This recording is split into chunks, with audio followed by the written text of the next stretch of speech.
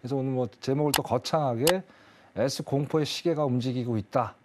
이런 이제 제목을 가지고 오늘 좀 설명을 좀 드려야 될 것 같습니다. 지난번에는 빙하기, 이번에는 그렇죠, S 공포의 그렇죠, 시계. 그렇죠. 이게 새로운 단어 이거 좀 센 발언들이 많이 나오는데 지금 시장 자체가 세게 움직이고 있으니까 예. 저도 모르게 이렇게 말이 자꾸 나오는 것 같습니다. 그래서 오늘 이거 좀 설명을 좀 드리는 시간을 갖도록 하겠습니다. 그래서 S 공포는 뭐 아시다시피 뭐 스태그플레이션 그 약자입니다. 그렇게 아시면 될 것 같고요. 네. 자, 일단은 좀 살펴보겠습니다. 자, 이제 너무나도 닮은 현재 5.1 쇼크 시대하고 너무나도 닮았다. 자, 그러면 일단은 어떤 측면이 좀 닮았느냐. 그래서 첫 번째로 물가 상승률, 또 유가적인 측면에서 한번 바라보는 시간을 좀 가져야 될 것 같아요. 그래서 자, 기본적으로 우리가 5.1 쇼크가 언제 왔습니까? 여러분 아시다시피 70년대부터 80년대까지, 그렇죠? 초반까지 거의 뭐 10년이라는 긴 시간 동안 장기 인플레이션이 왔죠. 그리고 또 스태그플레이션이 왔고, 제가 그 당시에 초등학교였던 것 같아요. 되게 안 좋았던 것 같아요. 기억이 뭐 가물가물한데 이 장기적으로 이렇게 왔어요. 왔는데 그때 처음에 어땠습니까? 여기 왼쪽에 보시면 잠깐만 여기 보시면은 지금 1972년도에 거의 2%대 그 전으로 해서 한 2%대의 안정적인 어떤 모습을 보여왔어요. 인플레 상황이. 그러다가 한 73, 4년 정도에서 한 5% 정도 이제 물가가 이제 올랐어요. 올라다 보니까 아, 이거 안 되겠다. 금리를 좀 올리면서 이제 인플레이션을 잡아야 되겠다. 단기적으로 끝날 거라고 생각을 했던 거예요. 여기 상황에서도. 근데 여전히 뭐 그게 안 됐죠, 생각처럼. 그러다 보니까 75년대 거의 물가 상승률이 12%가 넘는 그런 상황을 또 연출을 했어요. 그래서 여기서도 이제 아, 이거 72년도보다는 상황이 좀 다른데 위험하구나. 그래서 여기서 금리를 좀 약간 좀 세게 좀 올렸어요. 올리다 보니까 어떻습니까? 1980년대까지 뭐 어떻게 뭐 이렇게 하락이 가는 듯 하더니 또 79년도를 기반으로 해서 갑자기 이제 가파르게 또 물가 상승률이 올라간 거예요. 그래서 80년도에 한 15%까지 올라가는 그런 상황을 연출을 했어요. 그래서 이렇게 상황이 오일 쇼크 때 이 급 두 배의 변곡점이 있었죠. 75년도, 그다음에 80년도 상당히 높은 이제 그 인플레이션 물가 상승률을 보여줬다는 거예요. 자, 그러면 이게 지금 현상하고 뭐가 좀 지금 비슷한 점이 있느냐? 자, 오른쪽을 한번 보시게요. 오른쪽을. 자, 2020년. 그러니까 우리가 지금 물가 상승률 막 CPI나 뭐 40년 만에 최고치다 막 그런 얘기를 말씀들을 많이 하시잖아요. 그게 이제 오일 쇼크 기점으로 보는 거예요. 80년부터 2020년까지 딱 20년 아닙니까? 그때는 어땠습니까? 우리가 거의 뭐 1, 2%대 물가 수준에서 계속 지내왔었고, 물론 팬데믹 때 뭐 0%대라는 기록도 세웠지만, 또 이때 증시가 어땠습니까, 여러분? V자 반등을 항상 해왔잖아요. IMF 때도 그랬고, 2008 금융위기 때도 그렇고, 팬데믹 때도 그렇고, 결국 뭐 1, 2년 정도 뭐 이제 뭐 금리 조절보다는 뭐 돈을 좀 푸는 그런 정책, 그걸 통해서 어떻게든 뭐 빠른 시간에 회복이 됐다는 얘기예요. 근데 지금 상황은 완전히 달라요. 지금 오일 쇼크는 너무 다 닮았다는 얘기예요. 그래서 72년도 여기 왼쪽 보시면 이 상황이랑 지금 2020년대 상황이 거의 흡사하다 이렇게 보는 거예요. 그러니까 더 심각한 건 뭐냐면요. 지금 이번 달에 8.3%가 나왔지 않습니까? 8.3%.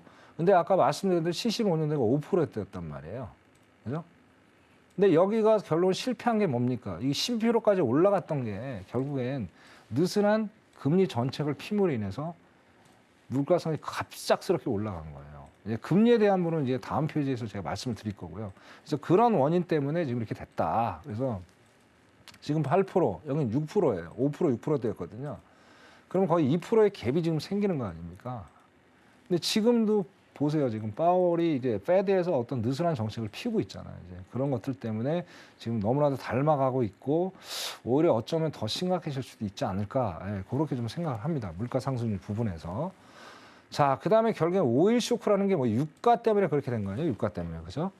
뭐 이때 당시 중동 국가들이 상당히 뭐 냉전도 있었고 안 좋았죠. 안 좋다 보니까 뭐 70년대 말에 한 3배 이상 상승을 했고 또 80년대는 또 2배 이상 상승하는 아주 이 고공행진을 이제 유가가 했었어요. 했었고 근데 그 반에 이제 올해 2020년 제가 해보니까 한 1.5배 정도 지금 상승을 갔더라고요.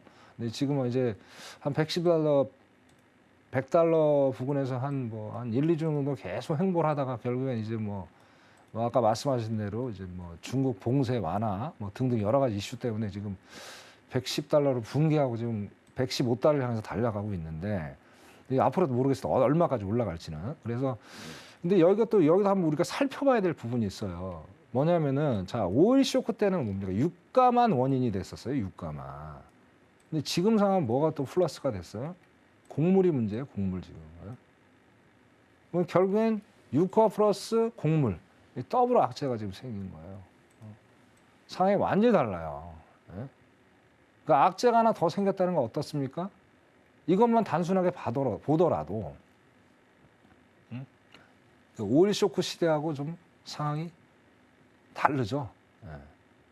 그런 상황이 놓였다. 그래서 물가 상승률, 유가의 부분에서 이렇게 정리를 좀 해드리고 싶고요. 자, 다음 페이지 한번 보겠습니다. 자, 이제 금리에 대한 얘기를 안 할 수가 없어요. 금리에 대한 얘기. 그래서 지금 보면은 그때 이제 여기 어땠습니까? 76년도에 5%대 물가 상승률이었는데 여기서 이제 느슨한 정책을 가져가다 보니까 그 이제 79년 11% 물가 상승률 기점으로 해가지고 81년도에 이제 볼코라는 그 파월 의장이 있었어요. 그 양반이 이제 그때 이제 지미 카터 대통령이 부임할 때입니다. 그때 이제 재직하실 때인데 그때도 우리나라 와가지고 상당히 좀 안 좋은 것들이 여러 가지 있었죠. 뭐 그래서 이때 이제 거의 뭐 19%까지 금리를 올렸어요. 어마어마한 거죠. 지금 우리나라가 지금 어땠어요? 맥스가 제가 20%를 알고 있는데 벌써 40년 전에 19%라는 그 고금리를 단행을 했어요. 너무나도 파격적인 이제 핵펀치를 날린 거죠. 너무 심각하다 본 거예요. 왜냐하면 거의 10년 가까이 끌어왔다는 거예요. 그래서 이거를 빨리 못 잡으면 이게 완전히 미국이 경제 자체가 나락으로 떨어지는 상황이다 보니까 볼커가 핵폭탄 한번 날려버린 거예요. 결과는 좋았어요. 결국에 이제 물가를 이제 단시간에 잡지 못했어요. 뭐 여기 보시면은 뭐 82년 후반에 보면 거의 10%대예요. 아직도. 그죠? 그래서 상당 기간 동안 이제 물가를 잡는데 이것도 한 몇 년이 걸렸어요. 금방 잡지 못했다. 이런 상황이 또 옆에 보면은 이제 또 비슷하다는 거예요. 지금 봉에. 네? 자, 처음에 이제 70 중반에 어땠습니까? 느슨하게 갔다 오요. 여기도 마찬가지예요. 벌써 이제 뭐 작년부터 얘기가 대두가 됐잖아요. 물가 상승률이 인플레가 올 수 있다. 뭐 당연한 거 아닐까? 돈을 너무 많이 푸니까 당연히 물가 상승률이 이어질 수밖에 없는 거잖아요. 근데 이제 우리가 이제 보면은 지금 40년 동안 거의 인플레가 없었어요. 거의 타성에 젖은 거예요. 설마 인플레가 오겠어? 이렇게 이제 계속 이제 뭐 안도를 했던 거죠. 안도를. 근데 안도엔 결과치가 상당히 좀 안 좋게 나오고 있잖아요.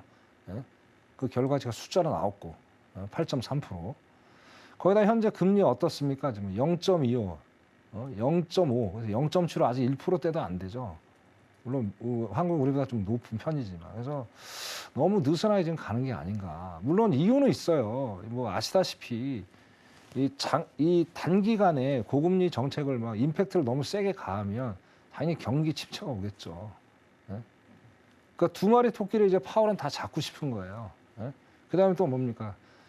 자, 금리를 갑작스럽게 올리면 기업 입장에서 상당히 안 좋아지잖아요.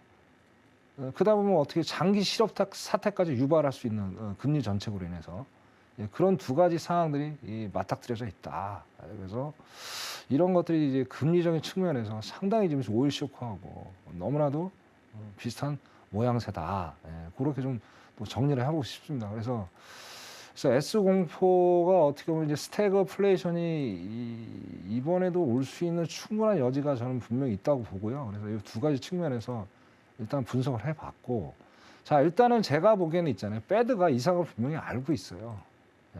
뭐 다시 거듭 말씀드리지만 금리를 올리면 기본적으로 경제 침체는 무조건 오게 돼 있어요. 그 공식입니다. 그거는. 그게 이제 얼마까지 오느냐가 문제죠. 그게 단기간에 끝나느냐, 장기간에 끝나느냐 그 이제 숙제인데 이거 단기간에 끝나지 않아요. 제가 보기엔 상당히 이 상황이 심각합니다. 그래서 그래서 이제 오일 쇼크랑 비교를 한번 해봤고요. 자, 그럼 미국이 분명히 이걸 알고 있다. 자, 그럼 앞으로 이제 차선책을 어떻게 할 것이냐가 이제 우리 키포인트예요, 지금. 그래서 다음 페이지에 보시면 여러분들이 좀 깜짝 놀랄 어떤 제 논리를 좀 갖고 왔으니까 한번 더 집중해서 봐주시면 감사하겠습니다. 자, 다음 페이지 보겠습니다. 자, 제목이 또 거창하죠. 미국의 인플레이션 수출. 인플레이션도 수출이 돼요. 한번 보시겠습니다. 이게 무슨 얘기냐. 또 뉴스에서 헤럴드 경제에서도 이런 기사를 냈어요. 그래서 이걸 보면서 이게 인플레이션 수출을 충분히 할 수 있겠구나. 그러니까 달러 강세를 지금 미국 사람들 즐기고 있어요. 저번 주에도 말씀드렸잖아요. 지금 어차피 바이든 참모진들이 민족주의자다 보니까 이 사람들이 표방하는 게 달러를 강세를 해서 전세가를 다시 한번 지배해보자. 그런 이제 기본적인 마인드를 갖고 있다는 거예요. 그게 이제 인플레이션 수출하고 연관이 되겠다는 거예요. 자, 달러 강세가 되면 뭐가 됩니까, 일단? 원자재 가격이 급등을 하죠. 그건 당연한 거 아닌가요? 왜냐면 원자재 통화가 달러밖에 없잖아요. 예? 그럼 미국 입장에서 좋은 거 아닙니까, 첫 번째로. 그럼 피해보는 거 어딘가요, 여러분? 신흥국, 한국 등등 뭐 못 사는 나라 저개발 국가가 되겠죠. 상당히 고통을 받겠죠, 여러분. 그죠? 그런 상황. 자, 두 번째 한번 볼까요? 두 번째는 뭡니까? 자, 달러 강세가 되면 미국한테 상당히 좋아요, 인플레이션 측면에서. 무슨 얘기냐? 자, 물가를 수입을 할 거 아닙니까? 그죠? 수입하면 어떻게 돼요? 좀 싼 값에 수입을 할 수가 있잖아요. 그러면 인플레이션이 뭡니까, 여러분? 물가 상승을 잡는 거 아니에요? 이 물가가 너무 올라서 이거를 우리가 잡으려고 금리도 하고 이것저것 지금 정책을 피고 있는 거 아닙니까, 미국에서? 자, 그럼 수일 물가라도 좀 낮게 우리가 갖고 오게 되면 어떻습니까? 일단 인플레이션을 잡는 데 어느 정도 기여를 하겠죠, 여러분. 그죠? 자, 이런 두 가지 측면이 있어요. 그래서 항상 이제 파월이 페드에서 이런 얘기를 좀 많이 해요. 가끔 뭐 결국엔 피크아웃이 올해 올 것이다. 저도 올 거라고는 봐요. 자, 그 오는 시기가 언제라고 저는 생각하면요, 인플레이션 수출되는 그날이 피크아웃이 오는 거라고 봅니다. 저는 그걸 연말로 보는 거예요. 무슨 얘기냐? 자, 파월 의장이 이제 그러니까 페드에서 난 좀 희한한 게요. 얼마 전부터 미리 참 얘기를 미리 해줘요. 뭐 금리 올릴 거야, 뭐 할 거야, 뭐 할 거야. 아주 친절해요. 예? 그러다 보니까 시장은 뭐 선반영이 돼서 안도하야, 뭐 이제 여기가 저점이야, 뭐 이제 여기서 어떤 턴 포인트를 가지고 있어. 기대를 자꾸 사람들한테 이제 심리를 유발시키는 거죠. 그게 뭡니까? 저는 그거 속임수라고 보는 거예요. 그러니까 애들한테 사탕을 주는 거예요. 일단 입에 물려놓고 이게 말 잘 들어라 이렇게 토닥토닥 거리다가 말 안 듣고 울어버리면 어떻게 됩니까? 뭐 이제 혼내거나 뭐 어떻게 하겠죠, 그죠? 지금 그런 형국이에요, 여러분. 그래서 계속 지금 이제 불을 데피고 있는 거예요. 불을 붙이고 있다가 연말 되면 나는 모르겠으니 인플레이션 딱 이제 못 사는 애 수출해가지고 우리의 고통을 니네들이 좀 나눠 가져봐. 그렇게 지금 한다는 거예요, 지금 상황이. 결국엔 얘네 전략이 그겁니다. 그거밖에 좀 할 수밖에 없어요, 지금 상황이. 제가 봐도. 그러면 어떻게 됩니까? 일단 IMF 때가 또 올 수도 있어요. 우리나라 한번 예를 들어보죠. 우리 IMF 때문에 심각했잖아요. 뭐 원화 가치가, 화폐 가치가 많이 떨어졌잖아요. 그럼 우리도 어떡합니까? 화폐 가치를 안 낮추려면 강도 높은 우리가 금리 대책을 또 가져가야 되잖아요, 지금. 그럼 다른 나라는 안 그럴까요? 더 할 거예요. 뭐 IMF에서 지금 발표가 나왔잖아요. 이번 사건으로 인해서, 이번 사태로 인해서 상당히 많은 국가들이 디폴트를 경험하게 될 것이다. 그게 참 의미하는 바가 크다는 거예요. 그래서 인플레이션 수출로 인해서 많은 나라들이 고통을 받을 것이다. 그리고 이제 분명히 미국은 이 상황을 알고 있어요. 알고 있는데 자꾸 숨기고 있는 거예요. 그래서 이거를 우리가 심각하게 한번 고민을 해봐야 된다. 그렇게 또 말씀을 전체적으로 드리고요. 자, 다음으로 마지막으로 한 가지만 더 말씀을 좀 드려야 될 것 같아요. 저번 주에 이제 CPI 발표가 있었는데요, 여러분. 근데 여기서 제가 이렇게 자세히 보다 보니까 우리가 지금 놓치고 있는 부분이 있어요. 여기서 또 어떻게 보면 이제 페드에서 어떤 속임수, 페이크가 있다는 거, 페이크가. 자, 그게 뭔지 또 한번 살펴볼게요. 거의 뭐 더블이 된 0.3에 0.6%라는 더블이라는 수치가 나와줬죠. 그러면서 그 페드에서 항상 하는 얘기가 있지 않습니까? 무슨 얘기냐? 이 전쟁 때문에 일시적으로 그런 거야. 뭐 그런 얘기를 하잖아요. 근데 저는 그거 아니라고 본 거예요, 지금 상황이. 자, 무슨 얘기냐? 자, 기본적으로 그 CPI 지수를 산출해 내는 거는 여기서 에너지, 식료품 빼잖아요. 왜? 변동성이 너무 크니까. 그건 다 알고 계시는 내용들이잖아요. 제가 몇 번 또 말씀을 드렸고. 근데 이거를 뺐음에도 불구하고 0.6%가 나왔다? 그리고 저번 달에는 또 0.3%가 나왔다? 이건 벌써 몇 개월 전부터 미국이 인플레이션에 지금 도래했다는 거예요. 그죠? 그죠? 맞는 얘기잖아요. 그러면서 자꾸 이제 뭐 책임 전가를 는 거야. 뭐 우리 때문에 그런 게 아니고 전쟁 때문에 이렇게 된 거야. 할 수 없어. 일시적인 거야. 이러면서 이제 핑계를 대는 거지. 일시적인 거니까. 금방 좋아질 거야. 그런 식의 얘기를 하고 있는 거예요, 지금 상황이. 자, 과거 40년, 아까 이제 5.1 쇼크부터 이제 2020년까지 40년은 좋았다고 말씀을 드렸잖아요. 그죠? 그때 거의 인플레가 없었기 때문에. 그래서 이제 이런 지수를 이거 에너지하고 식료품을 빼도 충분히 어떤 수치가 시장에 반영이 돼서 어느 예측치를 예상치를 예상할 수 있었다는 거예요. 근데 지금은 어떻습니까? 상황이 완전히 다르잖아요. 지금 에너지하고 식료품을 빼고 어떻게 이게 얘기가 논쟁거리가 될 수 있나요? 논쟁거리가 될 수 없어요, 여러분. 이걸 포함을 시켜서 우리가 바라봐야 된다는 얘기예요. 이거 바라보면 어떡합니까, 상황이. 뭐 0.6%보다 상상을 초월하는 어떤 숫자가 나올 수 있겠죠. 그죠?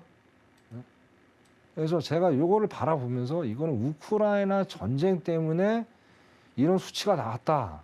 저는 절대 아니라고 지금 보는 상황입니다. 그래서 상당히 지금 우리가 뭐 서두에 이제 인플레이션 5.1 쇼크로 인해서 이제 인플레이션 수출까지 미국이 하게 될 거다. 그리고 또 여기 이제 CPI까지 이런 상황이다. 말씀을 드렸는데요. 상당히 저는 안 좋게 보고 있습니다. 그래서 제가 오늘 주제를 S 공포의 시계가 움직이고 있다. 정말 이게 오면 안 되겠죠, 진짜로. 그러면 뭐 전 세계가 정말 엄청난 심각한 뭐 위기에 봉착을 하니까. 근데 이게 숫자로 보고 뭐 다 비교를 해봐도 심히 염려스럽습니다. 심히 염려스러워서 오늘 이 말씀을 첫 주제로 말씀을 드렸고요. 이것으로 오늘 맞춰보고 이제 안 좋다. 그렇게 말씀드리겠습니다. 이상입니다.